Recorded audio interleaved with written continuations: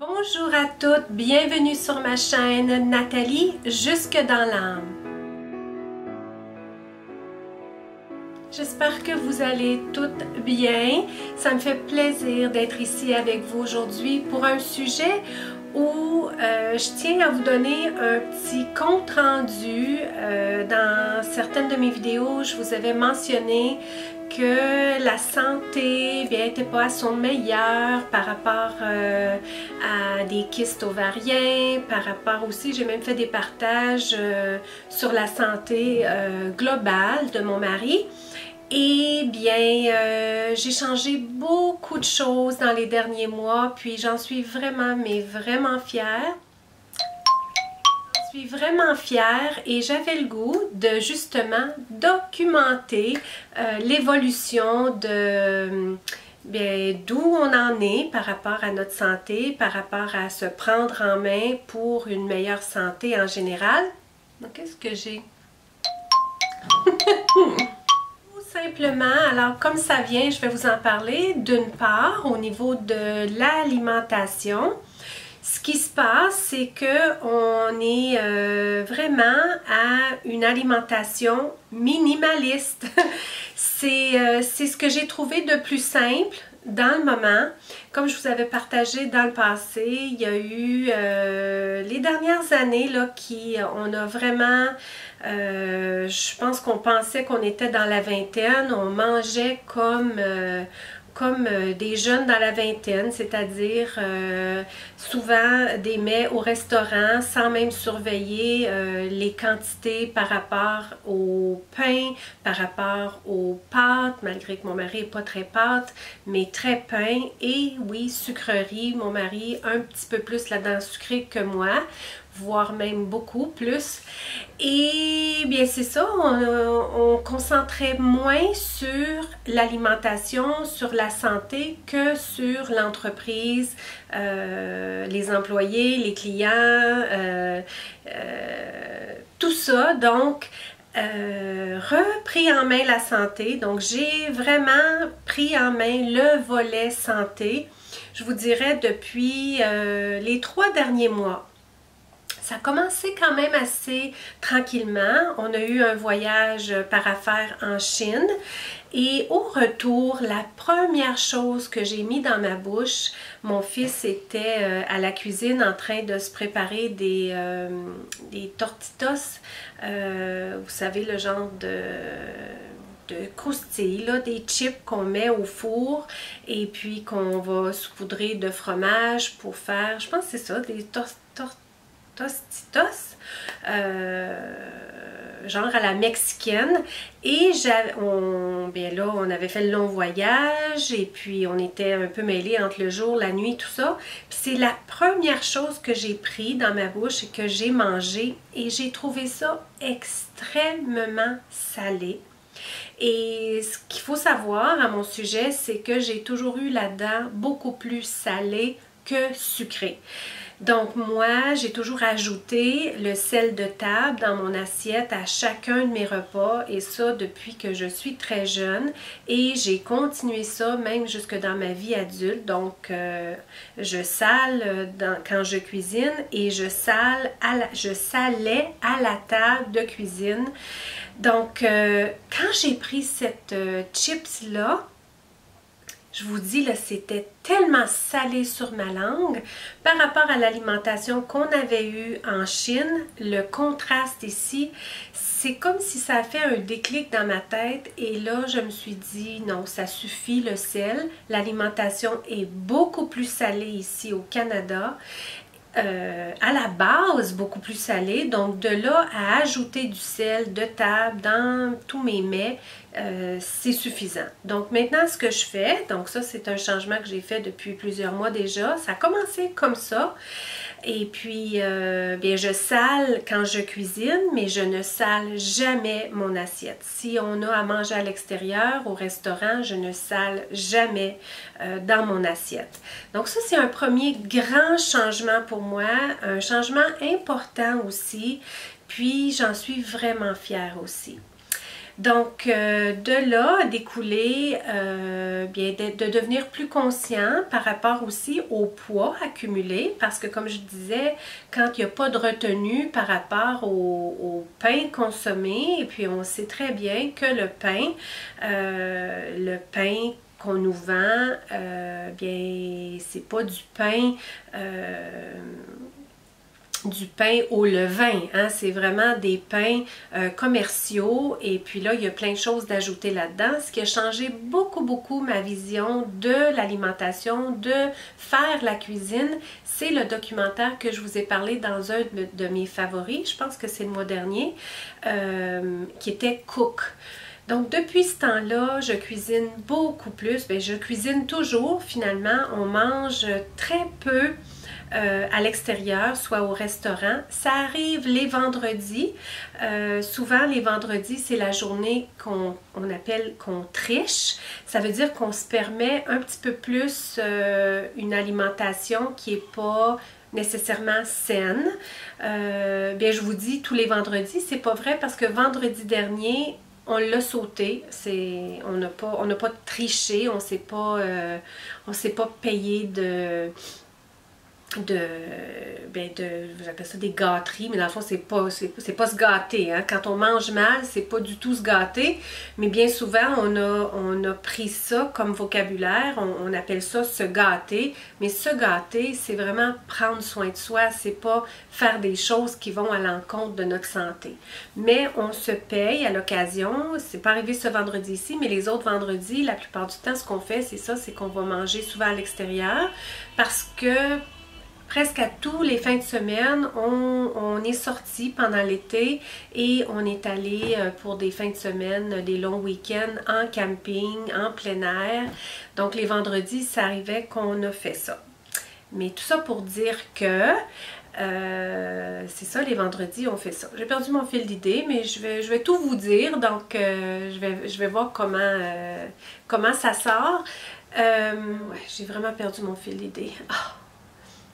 C'est ça, je mange moins salé. Ensuite, la semaine, ce qu'on fait, c'est qu'on mange à la maison. Et quand je vous dis de manger de façon minimaliste, j'ai simplifié nos repas de la semaine à tout simplement manger des repas soit de poisson ou de poulet. Toute la semaine, au souper, on mange du poisson ou du poulet. Et puis, je prépare ça la plupart du temps avec soit une salade, soit du riz. Et le riz, c'est le riz que je préfère le plus, c'est le riz basmati.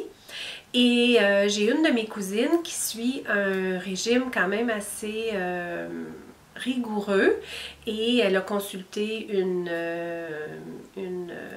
genre de coach pour l'alimentation, pour la guider, et elle m'a fait part de ce qu'elle a appris avec cette coach-là un petit peu. Puis elle m'a partagé que le riz de basmati, c'est un riz qui ne contient pas de gluten. Alors le gluten, il y a comme une mode qui est présente, c'est pas tout le monde qui est intolérant au gluten, mais il semblerait que si on a une certaine rondeur,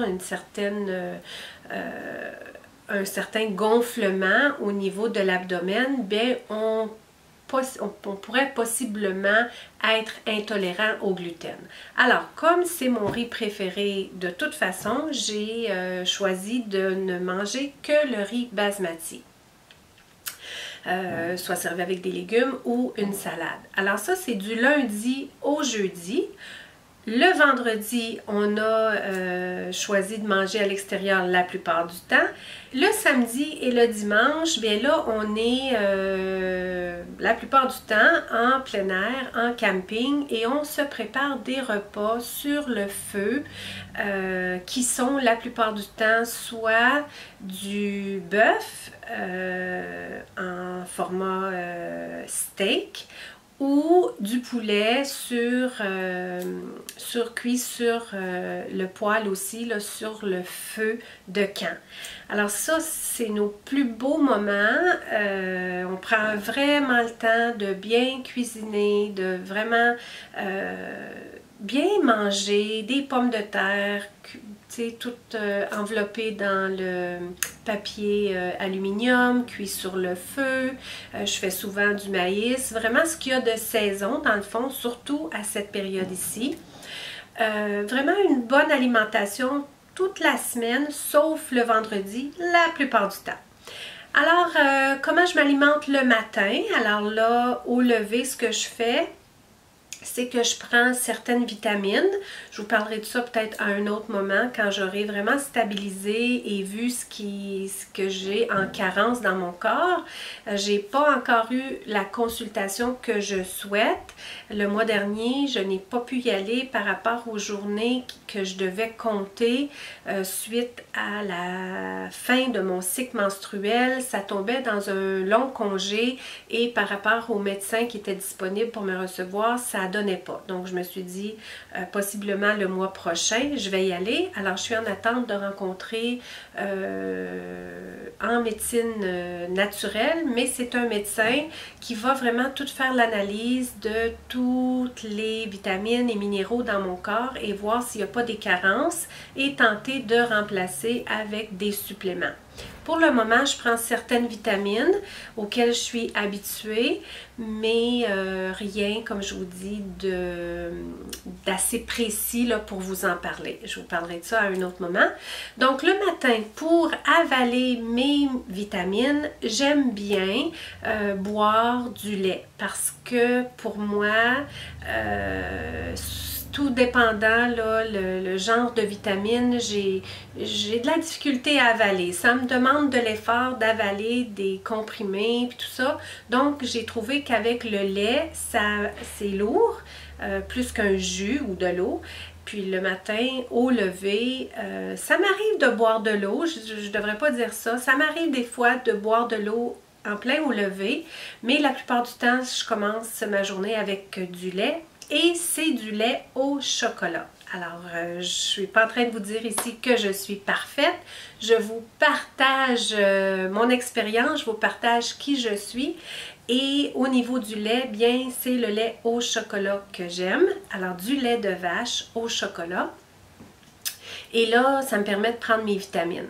Ensuite, compte tenu que je suis à la maison, on a notre bureau de travail à la maison, donc j'ai la chance, peu de temps après, là, je vais me faire un smoothie. Alors, dans mon smoothie, je mets une portion de jus d'orange, je mets une portion de lait de soya ou d'amande et je mets des fruits. Surtout des fruits de saison. J'essaie vraiment avec les fruits de saison. À l'occasion, c'est des fruits congelés. Et là, en saison, bien, j'ai découvert une passion pour les bleuets. J'adore mes smoothies aux bleuets. De même que là, c'est la fin de la saison et puis je veux aller m'acheter un gros panier de bleuets. Je vous ai amené à un moment donné là, sur un gros marché où je vais et il y a des gros paniers de bleuets. Je veux aller m'en acheter un et vraiment me faire des petites portions pour en avoir une bonne partie de l'hiver. Alors, je bois mon smoothie et là, je vais mettre des graines de... Je vais le noter, j'oublie le nom. Et bien, je bois ça. Ça me prend peut-être une demi-heure. Je le sirote. Je l'aime beaucoup. Et ça, c'est assez consistant pour moi pour toute l'avant-midi. J'ai pas besoin de protéines le matin. C'est moi. Alors, avec mon lait et puis suivi de mon smoothie qui est très consistant quand même au niveau des fruits, ça me soutient jusqu'à mon dîner. Souvent, ce que j'essaie de faire, c'est d'ajouter des amandes. Alors, je prends une quantité à peu près le fond de ma main, qui est peut-être, je dirais, une dizaine d'amandes. Et je mange les amandes avant mon dîner. Ensuite, au dîner, bien là, je prends un repas et je ne mange pas de pain. Alors, c'est peut-être ça que je n'ai pas mentionné tantôt. Toute la semaine, du lundi au jeudi, on ne mange aucun pain.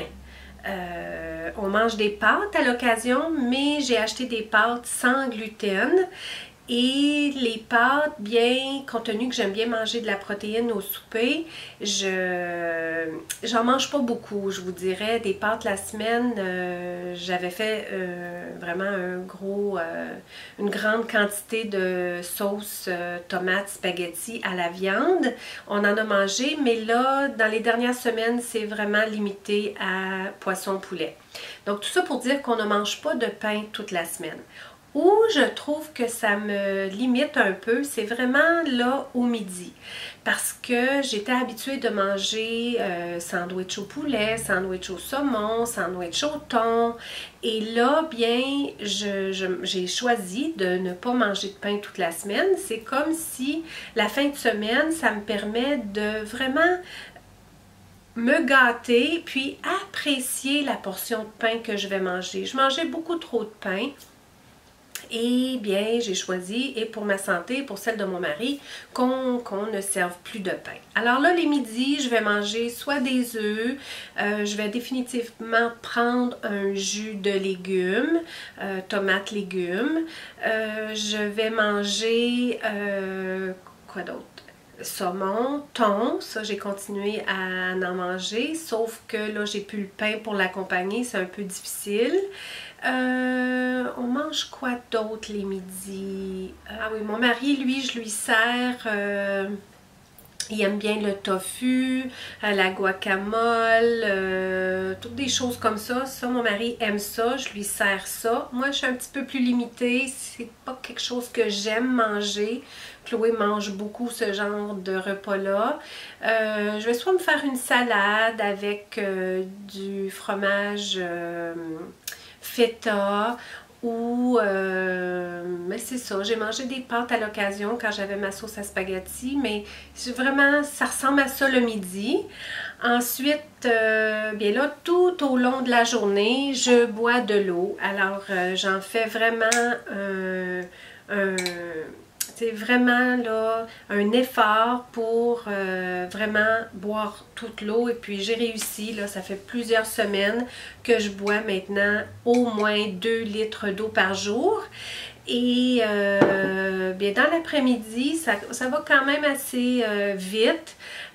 Puis on soupe au souper beaucoup plus tôt, donc parce qu'on a faim, hein, parce qu'on a faim, donc on a mangé beaucoup plus tôt. Donc ça ressemble à ça un peu. J'ai acheté de la crème glacée aussi qui est très faible en gras. Ça m'arrive d'en manger à l'occasion. J'ai aussi un genre de petites grignotines, là, c'est du chocolat noir. Ben, le chocolat noir, c'est le chocolat que je préfère de toute façon. Donc, ça va m'arriver des fois, soit des fois un petit peu avant le dîner. Je sens que parfois j'ai comme une petite baisse, là, puis j'ai le goût d'un petit peu de sucré. Et puis, je prends un genre de petit carreau de chocolat. Pas tous les jours, de temps en temps. Et de temps en temps aussi pour accompagner mon mari qui lui mange du yogourt grec qui a 0% de gras dedans, bien des fois pour l'accompagner je vais me prendre un petit peu de crème glacée à la vanille puis je vais manger ça. C'est vraiment minimaliste. Ça me simplifie la vie. Je sais toujours ce que je vais manger. On mange toujours du poulet ou toujours du poisson. Et c'est facile à apprêter. Je sais ce que je vais manger. J'ai pas de grande planification à faire. Il y a eu une période où j'ai essayé d'utiliser mon tableau que vous avez probablement vu dans ma cuisine. Et puis là, de vraiment préparer des repas, mais des repas très diversifiés, très variés, qui plaît à moi, qui plaît à mon fils, qui plaît à ma fille. Alors, on est pas mal les trois plus complexes parce que mon fils, il y a plusieurs choses qu'il ne mange pas. Ma fille, elle a une alimentation beaucoup plus variée, mais quand c'était des soirs où là, on avait des repas, surtout de viande, des repas de bœuf, bien, elle préfère ne pas manger de bœuf, donc ça devenait un peu compliqué. Tandis que maintenant, c'est très simple. Tout le monde mange du poisson, tout le monde mange du poulet et puis c'est le souper que je fais. Si les gens veulent autre chose, bien là, ils sont libres de se faire ce qu'ils veulent, mais moi, c'est ce que je m'engage à faire pour la famille.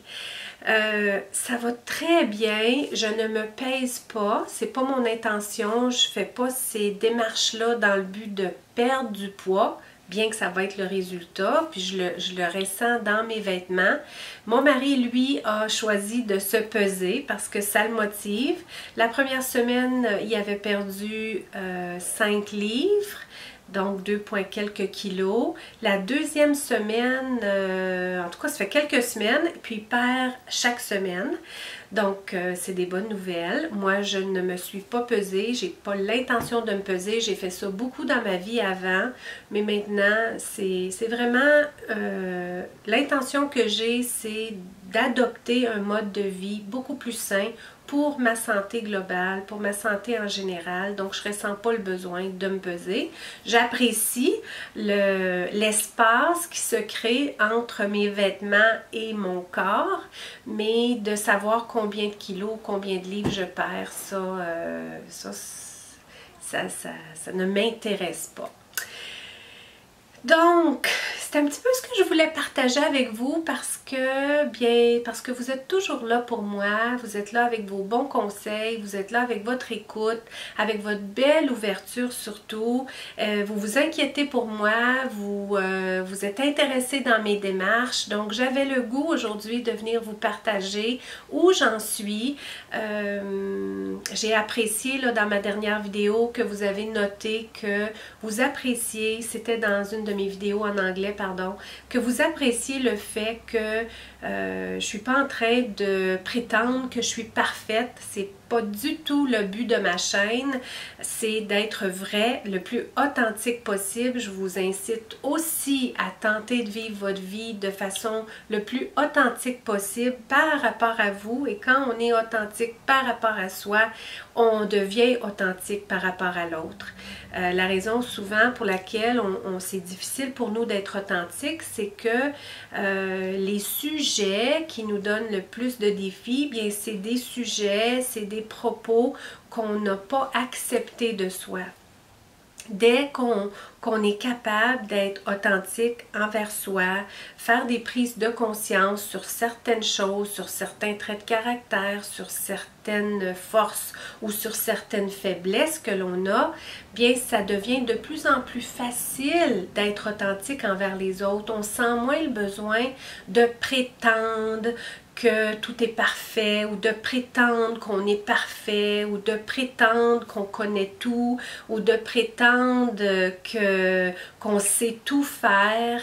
Quand on travaille sur soi, quand on travaille, comme je vous dis, sur les prises de conscience, sur l'acceptation que nous sommes des êtres humains et que les êtres humains ne sont pas parfaits. Loin de là, il n'y a pas d'être humain qui est parfait et si vous en connaissez un, je vous invite à fuir parce que c'est faux. Des êtres humains, on est ici sur la Terre pour évoluer, pour cheminer et pour faire justement évoluer notre âme. Et quand on ne sera plus sur cette Terre, bien là, on sera peut-être parfait. Mais sur la Terre, on n'est définitivement pas parfait. Alors moi, mon intention sur ma chaîne, c'est du plus possible d'être positive parce que c'est ce que je cherche au quotidien dans ma vie, à essayer le plus possible de voir le positif, de voir les choses le plus positivement possible. Encore là, est-ce que je réussis tout le temps? Non, je ne suis pas parfaite, mais c'est ce que je cherche. Donc, c'est ce que j'essaie le plus de laisser transparaître sur ma chaîne, mais aussi, je veux et je tiens à ce que vous voyez que j'ai des failles, que je ne suis pas parfaite, parce que ça, c'est pas inspirant du tout. Et la mission de ma chaîne, c'est que ce soit un endroit où on peut être inspiré, soit par rapport à mes propos ou soit par rapport aux partages qui se font des autres abonnés. Et si je prétendais être parfaite, si je prétendais avoir tout maîtrisé, l'art de la perfection, bien je pense pas qu'on aurait une si belle communauté. Je pense pas que j'arriverais à attirer les belles personnes qui sont là présentes sur ma chaîne.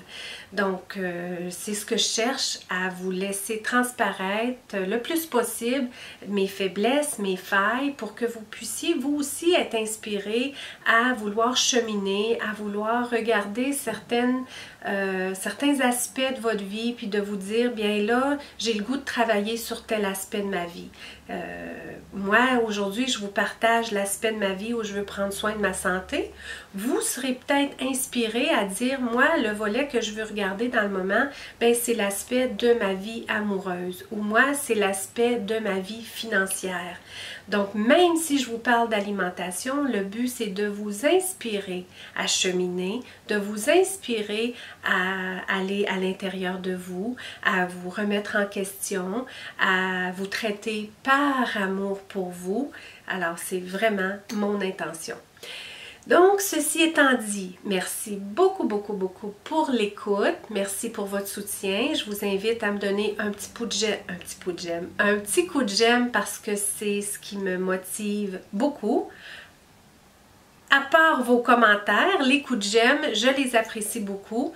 Et vos commentaires, votre appui, vos partages, qu'ils soient positifs ou des remises en question que vous avez sur vous-même, c'est toujours tellement enrichissant et pour moi et pour les autres. Donc, je vous invite à le faire. Si vous ne faites rien, mais que vous êtes juste présent, c'est déjà énorme et je veux vous en remercier. Si vous avez le goût de me rejoindre sur Facebook, la communauté grandit. C'est avec plaisir que je suis active au quotidien. Je vous invite à nous rejoindre. Je vous invite aussi à vous abonner à mon blog et tout ça c'est gratuit, c'est merveilleux. YouTube, c'est le plus beau, selon moi, le plus beau des réseaux sociaux où on peut vraiment être connecté avec la personne. Bien entendu, oui, des blogs, c'est spécial. Et oui, il y a des partages que je fais sur mon blog que je fais seulement sur mon blog. Mais la magie de YouTube, c'est vraiment magique dans ma vie en tout cas. Ça m'a permis de connecter avec vous toutes et bien, ça me permet d'être tellement, mais tellement motivée. C'est vraiment là un aspect de ma vie que j'adore. Donc, je vous ai fait les invitations un peu partout. Vous pouvez toujours partager mes vidéos. Si le cœur vous en dit, c'est un plaisir pour moi. Et tout ceci étant dit, je vous souhaite une belle semaine dans l'amour pour vous. Rappelez-vous mes mots que je me dis toujours, toujours, toujours. C'est par amour pour moi. Quand je suis face à une question, une incertitude, une décision, je tente le plus possible de me dire, bon, par amour pour moi, comment je vais aborder ça? Par amour pour moi, comment je vais faire ça? Par amour pour moi, comment je vais dire ça à l'autre personne? Donc, c'est vraiment dans mon vocabulaire intérieur et je vous partage ce mantra, cette façon de se parler, contrairement à prendre un bâton de baseball dès qu'on est à côté de comment on aimerait être, dès qu'on est à côté de comment on aurait voulu agir. On est tellement rapide à prendre le bâton de baseball puis de se donner des gros coups sur la tête puis de se dire « t'aurais pas dû faire ça, t'aurais pas dû dire ça, tu n'es pas intelligente, tu n'es pas belle, tu n'es jamais capable de faire rien ». Donc, de laisser le bâton de baseball là, de remplacer les mots par « par amour pour moi ». Même si j'ai fait une erreur, comment je vais la prochaine fois aborder ça? Comment je peux arriver à me corriger? Donc, par amour pour moi. Donc, je vous invite cette semaine à utiliser ces mots-là pour vous le plus souvent possible. Et on se retrouve la semaine prochaine. Et dans tout ça, je vous invite dans un profond silence à l'intérieur de vous parce que la belle lumière, elle est en chacun de nous. Donc là-dessus, on se retrouve la semaine prochaine.